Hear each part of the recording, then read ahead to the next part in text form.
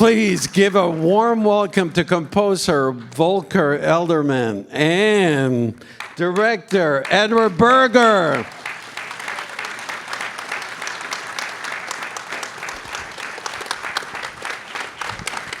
Thank you. Thank you very much. I am going to start with Volker because you know how much I love you, and what a unique sound for cinema you always bring. And this one, the low brass that you bring in, which is so unusual for cinema, and the wood sounds as well. How did that come about to include brass? Well, the last piece that you heard was in a way the first piece that I wrote. So when Edward was calling me, you know, we're very close to shoot the film, he was asking me, can you write something for a dance piece, you know, where Tilda and Colin are dancing? And I was thinking it might be nice to do some brass techno kind of. So I was looking into low contrabass or low baritone saxophones, and I looked at a couple of brass bands in Germany. They're doing a lot of like techno music as a brass band on the street. So they have one drummer that carries a snare drum and one guy that bangs the bass drum, and then you have like one baritone sax that does all the nasty bass sounds, and so I was thinking that might be a good thing, and so I sent. Why? Because what I love about what you did is like it captures the vibrance of Macau, but also the murkiness and the sound, the contrast, in what you created musically. Well, brass is for me madness. In a way, I have the feeling that there's something in it, specifically when it's low and it's like the notes are like really, you know, like something like that. Like when you hear the not only the note, you hear also the noise of each note. I love that so much, and I would say it is a little bit, you know, similar like in a rock band when you're stage diving and you hear like a heavy guitar chord. That's for me the same effect. I want to physically getting active, and when I hear a baritone saxophone, I'm starting to somehow my body is starting to move, and so that was right away the feeling. That captured the Macau world, yeah, the dichotomy of the world. Yeah, but at the same time, we didn't want to go in a way Chinese or doing like we were talking a little bit about it if we want to have any traditional instruments in there, but they slowly shifted, you know, towards, let's say, the back end in a way. You know, we kept the brass instruments so much more in the foreground, and I love that. I actually love when it's not always connected with the location where we are in, because I mean, you know, we are all modern, so why shouldn't be the music, you know, representing the modern time? Yeah. Edward, so glad you're here. Big fan, as you know. Thank you for having us. The last three films that we've seen, All Quiet in the Western Front, Conclave, and now this, they're so, what I admire about what you do is that they're so different. You're navigating different genres, but what I have noticed in the past three films is that there's this connection. The main characters, Felix, the Ray Fiennes character, and now Colin Farrell, they're like trying to move away from the past. They're like seeking some sort of spiritual redemption. Is that something that attracts you to? I guess I'm looking for that. No, I don't know. Yeah, I mean, not consciously, but it is. You're always drawn to I'm always drawn to the main character that carries you through the film, and very often, you know, I'm attracted to films that from a single perspective, so that we can feel what they feel, and that's also what we. You know, I think the brass is also Colin, you know, whatever is inside him and wants to come out. So yes, I guess there's a knot in their stomach, and they're trying to solve that knot. You know? But I couldn't help but think that Conclave, everything is so mathematical, so constricted, so incredibly calculated. And this film is the complete opposite. You're like busting loose in this film. Is that conscious that like I need to go against everything that Conclave stood for? Well, it probably has to do with the theme of this movie. For me, this movie, and I only knew it really when Colin played that scene, is when he gorges himself with all the, there's steak, there's lobster, there's champagne, there's gâteau, and he just stuffs it all in, and nothing fills him, nothing satisfies him. And that's kind of the language of the movie needed that too. It needed to go overboard, only to end up sort of in a peaceful place inside, where he's more peaceful inside, like he burns everything and gives everything away. So that's why we used everything at our disposal, be it pans, dollies, cranes, music, voiceover, any kind of cinematic means, or what do you call it? The iris in the image, or fisheye. Fisheye lenses, anything that could mirror whatever Colin is facing. And so it seemed to be the right language for this film, and also Macau, the right setting, where everything is brighter and louder and more colorful. And that just found it's a wonderful contrast, I felt, to in the end, what Colin really needs, what Lord Doyle needs, find himself. Right. And so naturally that ended up being a very different movie from Conclave. But also, it's probably the next one will be very quiet, just because just imagine. I've made this film, and for years and years, I've developed this for 8 years. I started talking to Volker about it 3 years ago. And so at some point, I've had enough of it. And then I've said everything, and I've emptied everything out that I wanted to make with this film. And now that side is kind of empty, and now it's ready to be filled with the opposite. Mm-hmm. And so you swing back and forth between means. Speaking of the banquet between Volker, we do not hear your composition. We hear Bach, and it's manic Bach.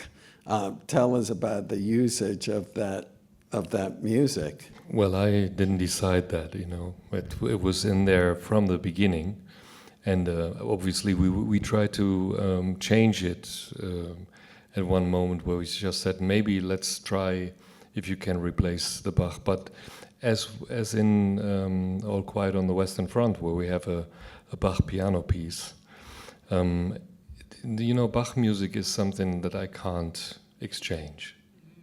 That is something that has a very deep... It's been there for hundreds of years. Yes, yes. You can't just... I can't be so old. No, but it's really true. We can't just reinvent that. No. It'll always sound new, or... Yeah, it has a history. It yeah. carries a history with itself, and there is some depth. I mean, at that time, a love letter took like half a year to send from one place to the other with a carriage, and then, the answer came half a year later, and now we send messages in a second to each other. So there's a complete different purpose of the composition that was made in that time. Then obviously my upbringing is already in a very technological world, and I think when I hear that music from that time, I always feel like, if you like the message, please stay with the message and let me do the new things. Can I tell you where we found this song? Do you want to hear the secret? Of course. So I was shooting the scene, and Macau is a very noisy place. Yes. You can't. I mean, I've stayed in this hotel for months and months and months, and there's always, And I mean, you're used to air conditioning. Air conditioning drives me crazy when I couldn't open a window, music everywhere. So I'm shooting this scene, and when you make a movie, you want to have quiet, right? So you can record the sound. Suddenly there's music playing, and it's great. And weirdly, it fits the scene, but still, this music bothers me. And then I look around until I realize it's bloody Colin on his headphones, listening to a piece of music to put himself into the mood for the scene. And he showed up that day, like very concentrated, and it was hard, like stuffing all this food inside. And so I walk up to him and go, Colin, what's this piece of music? It's great. And he showed it to me. It was this piece. Mm-hmm. And I put it in the movie. So Colin found it. And just that goes to show of how much we were aligned in terms of, making the same. He just knew what type of film it was, by but very often that doesn't converge, Correct. Taste and the intention of the actor or the filmmaker or the, we have to find the same language. And so it was wonderful to see that Colin he has a great instinct of, it's this type of film, so maybe this music would help me get into the mood to go as manic as it should be. Mm-hmm. If you don't mind indulging me, deconstructing that scene, which to me is the heart of the movie, the banquet scene, where we watch him devour, and then all of a sudden it's like, there's a void inside of him, and he has to have it filled with food or whatever. And your DP, you guys chose to, instead of setting up the scene with a wide shot and taking everything in, it's like a zoom into Colin eating, and then it opens up. Can you walk us through how you guys visually designed that scene? Yeah, it was clear that was going to be an important scene. I didn't realize to what extent until I really saw him do it, because it's like this long in the script. It's not very long, but I shortlisted everything, and it needed to have a certain pace to show the franticness among his emptiness, and we started with on that day, because I knew it was going to be hard for him. We started with a close up, and just shot, and he had the banquet in front of him, and I just asked him, so roughly, what are you going to do? Here's the food, and I like just not prescribing everything, especially to someone like Colin, who has such a great instinct.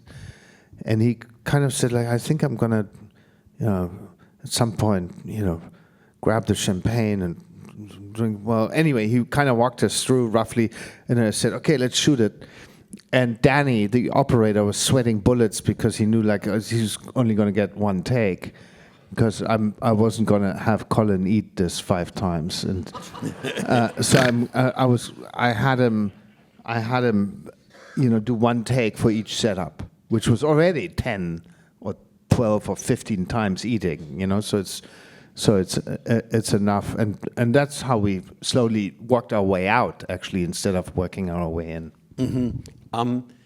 Maybe I was reading, but I would love to hear you talk about if this was intentional, the fact that we notice how empty his life is, and then cinematically, the spaces around him keep getting bigger. The suite is bigger. There's an emptiness visually around him. Can you talk about that? Yeah. Well, I kept the place. I mean, Macau is a pretty crowded place, and I kept emptying it out. And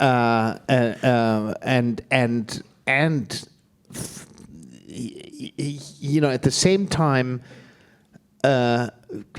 getting lonelier in the images, so wider, but also getting, staying for longer times closer to him, really trying to creep into his, in a way, into his inside, into his soul, that doesn't sound terrible. So just basically following him. And a lot of times it's really instinctual that we plan everything, James and I, the cameraman and I, but then we pretty much throw that plan out as we watch Colin's performance and just adjust the way of shooting it to the way he does it. I see so often, I just look at him and go, oh, he plays it like this. Then I think it could actually just work in this one shot. Or he plays it like that. Well, actually, I think we need another one. The camera does so much to show the audience to whatever Colin is feeling inside at a given moment. And so we just, I think a lot of the job is putting the camera in the right place. You make it sound like easy, but there is a lot of depth and thought behind it. For example, and I'll get to you, Volker, in a second, the descent on the stairs, the what's it called? The escalator, yeah. Thank you. The escalators and the crazy oblique angle. Turning, yeah. The turning. Yeah, that was like Dante's Inferno. We thought like, okay, he's going into hell, descent into hell, like going gambling in the Rainbow Casino, and so we actually. All the shots are designed beforehand in our head. Yes. And then we kind of adapt them. But that one was really designed in terms of, okay, we have this escalator and he comes here. And we added on the day, I remember like the shot alone wasn't enough. So we added some crazy lights around him, like a light show that went off as he came down. And just looked more interesting, and so now that found its way into the film. So it was meant for us to feel like he's descending into hell. Yeah. Okay. Yeah. It's the whole thing is a descent into it. And it's all a little bit, just to come back to your question of the connection, to me this is in a way is a B-side to All Quiet. Mm-hmm. It's sort of a continuation of that in a very different world. Can you expand on that? Well, it's kind of also a hell or a battle on a different battlefield, and just the feeling. I don't know if I can expand. It's just it feels like the B-side of a record. Mm-hmm. Like and now James and I have sort of finished that chapter, and can now come to a new visual chapter. Okay, it's for us to figure out, but also I feel that maybe we can analyze it in 5 years. Okay, we'll have a few martinis and analyze. Sounds good. But the conclave also, there's a surge, there's a longing that Felix and Rafe and Colin, your characters, go through. Yeah, they're all in a way they all look for peace. Yeah, they all look for inner peace. Mm-hmm. Colin finds it in the end. Rafe finds it in overcoming, his crisis of faith, and Felix finds it in death, in this chaos of war. Mm-hmm. So they're all. It's all kind of like it starts from an inner turmoil and ends up finding peace is probably the best. But is it conscious for you to not repeat yourself genre-wise and visually? Because, you look at All Quiet, you look at Conclave, and you look at this film, is similar themes and hungers, but completely visually different animals. Well, I don't want to bore you. No, they're actually here to listen to you. Yeah, but with the movie, if I made the same one again, that would be just boring. No, it would probably bore me. If I came in and go like, well, I just did this, why would I do it again? You kind of go like, what have I not done, and what am I scared of?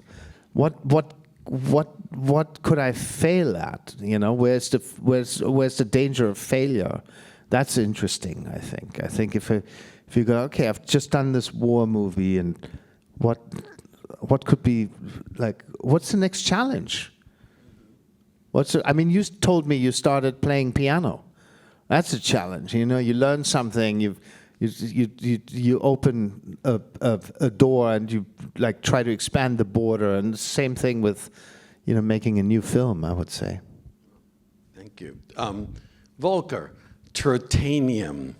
Speaking of challenges, you use this rarely known instrument in this movie known as the Tritanium, which I pointed out to you that Hitchcock used it in The Birds.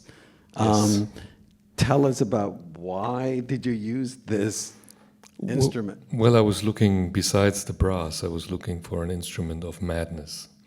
And, you know, the Trautonium is an instrument from 1930, and it's one of the instruments that was maybe the first pre-synthesizer instrument that was built then, and there was not many left, but I was listening to the sounds of it, and they sound very gimmicky, and they have a little bit of that quirkiness that we needed in some of It the... also sounds like sci-fi. Yeah, it has a sci-fi approach to it, but it is also analog. So it's, you know, it somehow mixes into the analog instruments quite well. And so I was researching, and there is only one, there are two players in Europe that can play that instrument and that have the instrument at home.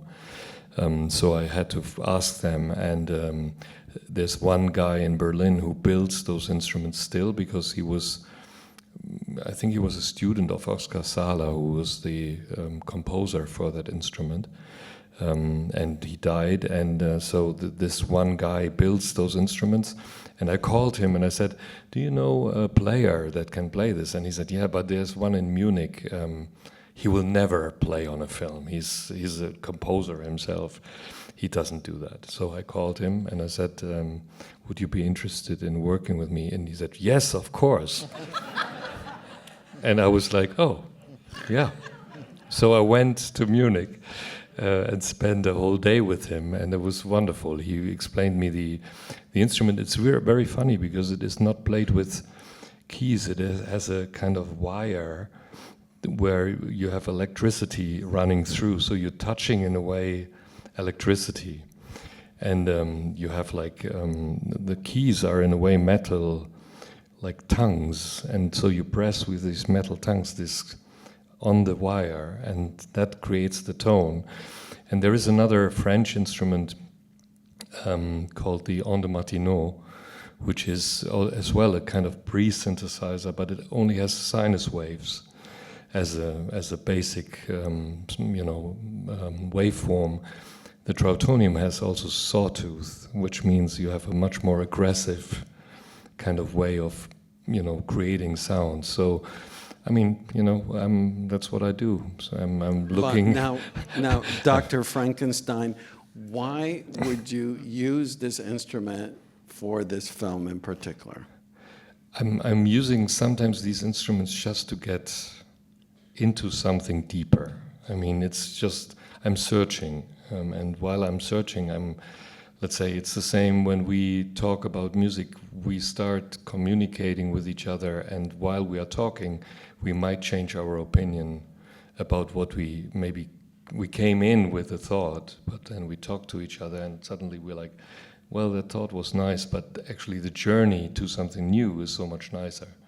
So in a way, when I'm, looking into instruments, the first thought is, I want to find something that is electronic, that is seldom, that I can use for the quirkiness of, let's say, the more funny scenes, but they shouldn't be too funny, because if they are too funny, suddenly the whole film slips into genre that you don't want to touch. You want to just maybe, like a little bit.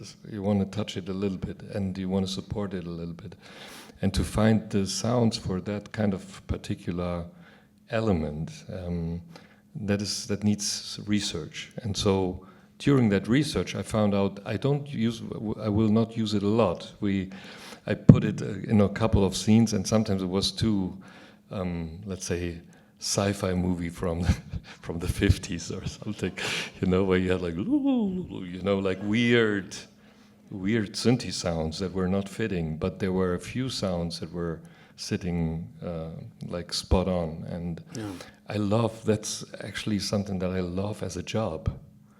That makes me, I always feel like a child in a way. I'm searching, I'm playing around, I'm meeting people, I look for other toys in a way, and then I'm coming back home with a backpack full of instruments. When you're the most unique film composer there is, and it's thrilling. Whenever I hear a score that you do, is just so alive. And Edward, what is it like working with this mad scientist? I mean, it's just a wonderful collaboration. I'm very lucky to have found a family of collaborators that are just my friends. They're my friends, my mentors, my teachers, my common fellow explorers. I don't know. Inspiration, muses, everything. You know? Mm-hmm. And so we just. We spend a lot of time together. We try different pieces of music. I don't put much. Do I put much temp on it? Not really. Nick and I, the editor and I, don't really put much temp on it. We like to take things that Volker does, just because it influences us too much, it influences you too much, and then we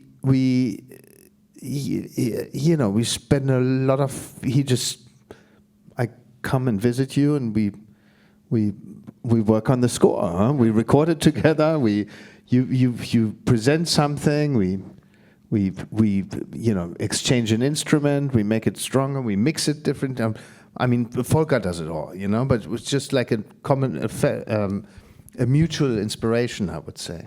Yeah, it's also, what Edward said about changing the subject in a film, which means like you are going. I think changing from one thing to the other is a matter of growth, of inner growth. If you always do the same thing over and over again, you in a way repeat yourself in a way that, of course, you can do 10 war films, but sometimes you run out of fuel. So at some point you want to do maybe the total opposite. You do maybe a war film, then you do a very fragile movie, then you do a very loud movie, then you go to the other side, which is the same with music. When we talk, to have the openness also to discuss things that are sometimes quite personal. I mean, I'm putting a composition on a scene where I feel very convinced about, and Edward says, "Nah, that's not it," and then I'm like, okay. Does it like that? Yeah. Nah. No, but I would say sometimes he's like, no, it doesn't work, and then I'm, the first thing is obviously you feel like, I really put a lot of heart in it, so you have to disconnect from your heart in that moment, and maybe afterwards you find out, well, my heart was okay, but I think that he pushed me over the boundary that I had, suddenly something came out that was much better than what I had in mind. And I think that needs a lot of trust, but it also needs courage, and it also needs, like, you have to actually leave your comfort zone.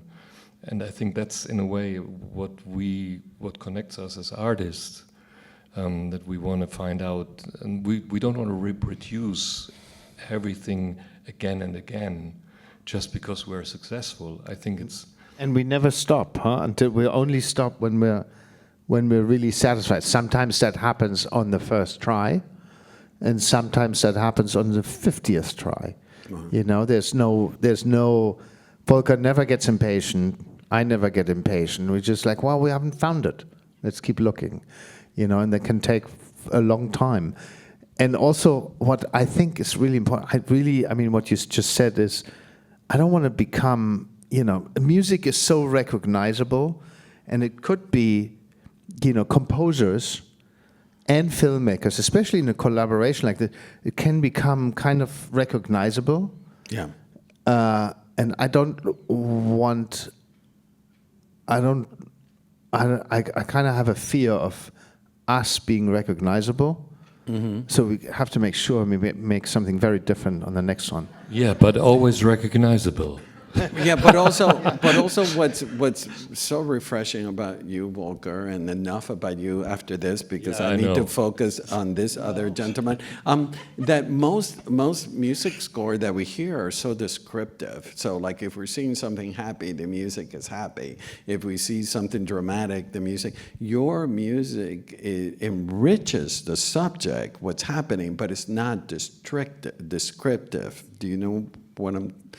No, I know what you're saying, but I have to say, one day I might make the most descriptive score, because I love also descriptive music. I mean, it's a matter of, if you always work abstract, you want to have suddenly form on a one day. You know, you feel like if you always do just drones with no melody, you want to do the most melodic movie, because you're suffering in a way where your lack of melody is somewhere in your, in yourself. So what I like is, in a way, not, being pigeonholed in a certain area. I just want to find the right music for the right film. And with Edward, it's wonderful because he's always giving me a new perspective on. I'm changing the subject. Are you coming with me? Okay. Next time, this has to be full-on brass. Yeah, okay, I come with you. So I think that's wonderful, because I wouldn't come to those ideas by myself, I would say. And when I'm doing records, I'm doing the same thing in a way for my own music, but there's no film attached. Yeah, thank you. Edward, this is based on a novel. The Hungry Ghost, it becomes such a strong allegory and a connection to the main character. And you tie that visually. I mean, I think it's the character Dao Ming that predicts that the Hungry Ghost story ties in with Colin Farrell's character. Is that something that was always in the book, or you were the one that strengthened that? I think it's in the book, but not very heavily. And when we shot, it was actually the Hungry Ghost Festival during the time that we shot there. So the footage, the news footage that's on the television, or the burning of the effigy, that's all kind of documentary that we shot during the time there. So that, and it's interesting because, I mean, I don't, in the West, I don't know, there's probably people that believe in ghosts, but I don't really, I don't want to, essentially I don't believe in ghosts. Okay. I believe that my father's here somewhere, that is, that he's watching, or my grandmother, but it's not a person that sits there. Correct. Somehow a feeling of connectedness. But in China, people really believe that someone is sitting, that there are ghosts, and that you can burn things at the festival, or money, or paper cars, or paper houses, to give to the ancestors in the afterlife, or to whoever you're burning it for. And our conversations my conversation with going to the first cemetery in China, and with our producer, and I asked him about these things. I thought it was so interesting. And you really, when you make a film like that, you really have to believe it. Otherwise you feel that, the audience feels it's fake. And so we started believing that, Colin burns the money to offer to Dao Ming, to give it back, and that works, And so the Hungry Ghost Festival became a very strong motif, and also, it is essentially a story about a, spiritually empty man in a spiritually empty place who is, realizes the emptiness, and it's a spiritual awakening. It finds a center again. Correct, yeah. But even the descriptions, like thin neck and big mouth, it's like it's just directly describing Lord, I forget his Doyle. Lord Doyle. It's such a beautiful connection. Yeah, but that's how they really describe the Naraka ghosts. The thin necks and I forget what it is. Large stomachs and thin necks and Yeah. Yeah. Large stomach, big mouth, thin neck. Yeah. How hard was it to shoot in Macau, in particular the casinos? Well, they're pretty much incalculable because they really wanted us because they wanted a film that shows the place because it's Macau in general, not the casinos, but the city wanted us because it's the tourism is just mainland China. There's no Westerners there, and they wanted especially a film that's made from the West, showing the city, and but the casinos, I mean, they make so much money. I know that the Sands Hotel. What's his name? Sheldon Edelstein? I forget. Yes. Yeah, that's it. He built the first casino there in Macau. There were Chinese casinos, but when the American Sands and Wind Group and so forth got the licenses, he built the first casino there, and it cost $500 million, had 2,000 beds, cost $500 million. He made it back in 4 months. That money, and then he decided, let's build one with 20,000 beds, and I think that cost $4 billion. That was made back in a year or so. So I mean, the Chinese casinos, because people are obsessed with gambling. It's really serious. There's no entertainment. There's no Celine Dion singing there. There's no Cirque du Soleil. It's just gambling. And people, Macau makes in a month what Las Vegas makes in a year. Yeah, wow. So people lose a lot more money. How was it for you how much time did you spend there? How was it to be in that environment? I went on a Lord Doyle journey. I was spiritually empty afterwards. Yeah, I find casinos the most horrifying place on earth, and as I said, living in a place where I couldn't open a window, I thought it was horrific. But visually striking. And by the time we got to Hong Kong, and Hong Kong is really not, it's quite a bustling city. Yes. It felt like peace and nature, and suddenly we had air and things like that. Everything in Macau is just fake grass and fake marble and fake fountains and fake everything. I do have to wrap up. One last question. Working with Colin Farrell, he's brilliant in this film. He's so good. Tell us about casting him and working with him on the film. I love Colin. He's such a beautiful person. He's probably the most generous person I've ever met in terms of emotionally generous. He's incredibly kind, incredibly giving, to his fellow actors, to the crew members, to me, to the role, to the camera. He just gives and gives and gives. And has an incredible truth in his eyes, and that's why even if he puts a pound of makeup on in the Penguin, it's all prosthetics. Still, the guy's so vulnerable. It's all in the eyes, and that's just a beautiful gift that he has of making his characters accessible and vulnerable, and that's why I felt that he's the right person for this role.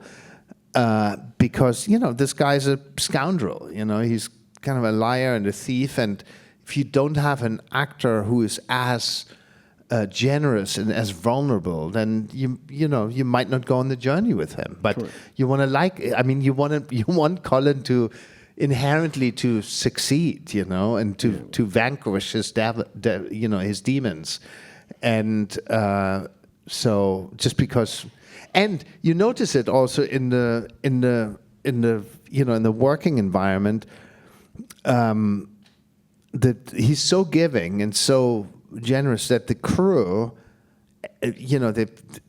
we get inspired by good actors, and they get inspired by good. It could be a driver, it could be a camera operator, or a focus puller, or a lighting guy, an electrician, any guy.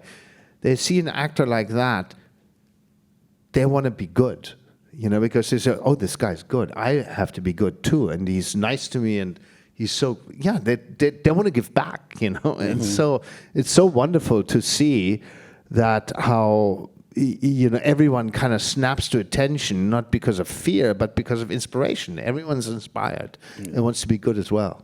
It's also the sweatiest performance I've ever seen. Were you spritzing? Oh, him? I love spritzing. I constantly have a water bottle. I asked Heike, my makeup person, I said, "Heike, can I have this?" And then before real? And before every take I go and Colin in the beginning was, "Oh, wait, not so much." And then by day 3 he was like, and I just kept spritzing, and here under the arms and wherever. I just felt it's just physical. It makes it so physical. Yeah. Wow. Makes it that, but it's also, it is very hot there. It's very humid. Okay. Well, he's working on a film with Brad Pitt currently, so you'll be back next year, right? Hopefully, yeah. Hopefully, if you have me, we'll come back. Will you bring Volker as well? 100%. With some crazy new instrument that he's discovered? What instrument are you discovering for Brad Pitt? Hey, I wouldn't tell you. Okay. Because it's a discovery. We're actually already starting to work on the music. We haven't started shooting. I'm shooting in February. But you've read the script. We started, and we decided that this time we're going to compose the music beforehand. Right? Yes, and I also. So you better get to work. Yes, on the way here, I'm starting to shoot in February. I was looking at curious instruments online, just to But why this time around you want the music before the movie? It's the script, that we felt like, why don't we get guided by... Basically, I want Volker to guide us. Oh, wow. No, it's a beautiful emotional script, and I think somehow, why did we want it this time? Just because it's very fragile, the sound, and it's nothing like that. Okay. So I will hire 15 Marshall stacks, of course, and I'd give you a sound bath. Well, I can. But we talked, for example, of maybe just doing one. I'm not going to give it away, Volker. Don't worry. But maybe just have one instrument. Give it away. Give it away. You two are my favorite people. I love you guys. Please come back, and thank you. Thank you so for much being here. for having us. Yeah, and the movie starts playing here on Wednesday. So spread the word, gang.